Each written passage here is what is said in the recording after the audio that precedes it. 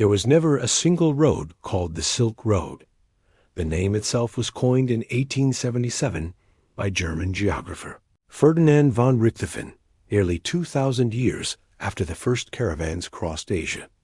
In reality, it was a vast network of routes linking China, Rome, Persia, India, and the Mediterranean, carrying silk, spices, gold, religions, diseases, and ideas.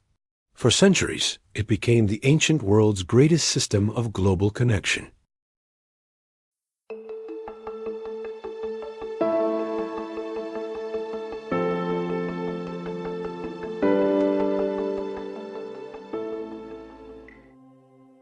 The Silk Road's origins traced to a diplomatic mission that almost failed. In 139 BC, the Han Emperor Wu sent his envoy Zhang Qian westward with 100 men to find the Yuezhi people and forge a military alliance against the Xiongnu nomads threatening China's northern frontier. Zhang Qian was captured almost immediately by the Xiongnu and held for 10 years. He eventually escaped, completed his mission, and returned to China 13 years after he left with 2 men. His military mission had failed, but what he brought back was something far more valuable: detailed knowledge of the civilizations of Central Asia, Bactria, Parthia, and beyond. He had encountered the edges of a world China barely knew existed.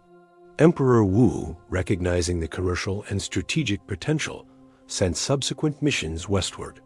Within decades, Chinese silk was flowing west and foreign goods, particularly the extraordinary Fergana horses, which the Chinese called heavenly horses, were flowing east.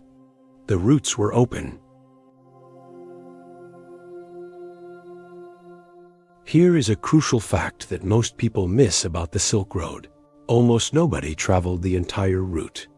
The 13,000 kilometers between China and Rome were traversed in stages, passed from hand to hand through a chain of intermediaries, each taking their cut, each adding their markup.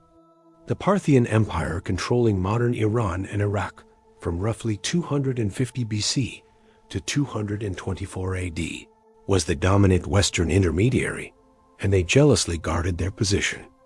When the Ramong Senate tried to open direct diplomatic contact with China, the Parthians blocked it. The markup on silk by the time it reached Rome was, by some estimates, over 1,000%. The true masters of the road, however, were the Sogdians, a mercantile people from the region of modern Uzbekistan and Tajikistan.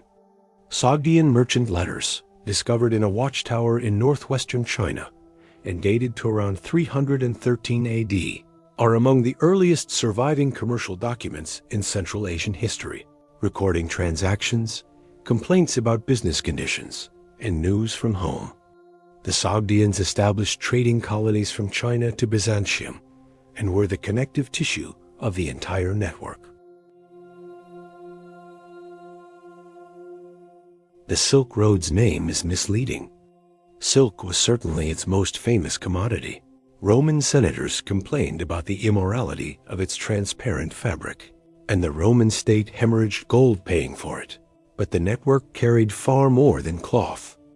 Westward from China flowed silk, porcelain, lacquerware, tea, bronze, and iron.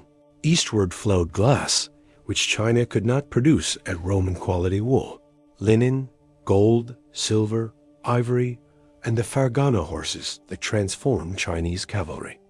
From India came cotton, spices, precious stones, and steel. From the Mediterranean came wine, olive oil, and glassware. The most consequential exports, however, were invisible. Buddhism traveled from India to China along these routes, arriving in the 1st century AD and eventually transforming East Asian civilization. Zoroastrianism, Nestorian Christianity, and Manichaeism spread eastward from Persia. Mathematics and astronomy moved in multiple directions simultaneously.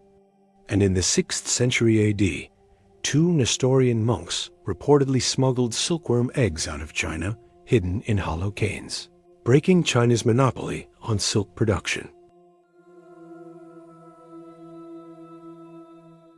The Silk Road built cities. Samarkand in modern Uzbekistan became one of the ancient world's great cosmopolitan centers, a crossroads where Chinese, Indian, Persian, Greek, and nomadic cultures met, traded, and fused. Its markets offered goods from every corner of Eurasia. Merv, in modern Turkmenistan, was at various points one of the largest cities on earth.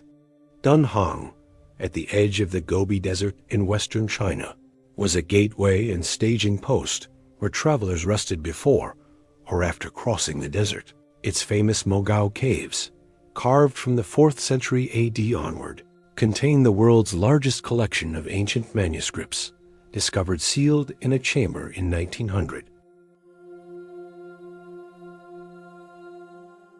The Silk Road also carried death. The Antonine Plague, which devastated the Roman Empire from 165 to 180 AD, killing perhaps 5 million people, is believed to have arrived via trade routes from the east.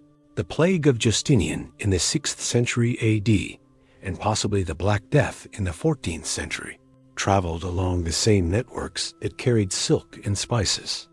The world's first great globalization also produced the world's first great pandemics. The Silk Road didn't just move goods. It moved the building blocks of civilization itself: religions, languages, technologies, diseases, and ideas, across a distance that most people alive at the time could not have imagined. Buddhism reached China. Roman gold reached Han emperors. Indian mathematics reached Islamic scholars who transmitted it to medieval Europe. The paper you write on, the numerals you count with, the compass that guided every explorer who opened the modern world, all passed through this nameless network of dusty roads and desert tracks. The Silk Road was never one road. It was never just about silk. It was the world's first attempt at globalization, and it worked so well that it shaped every civilization that touched it. Next time you use a number, remember, it started its journey in India, traveled west through Persia and the Islamic world, and arrived in Europe along routes that Zhang Qian helped open over 2,000 years ago.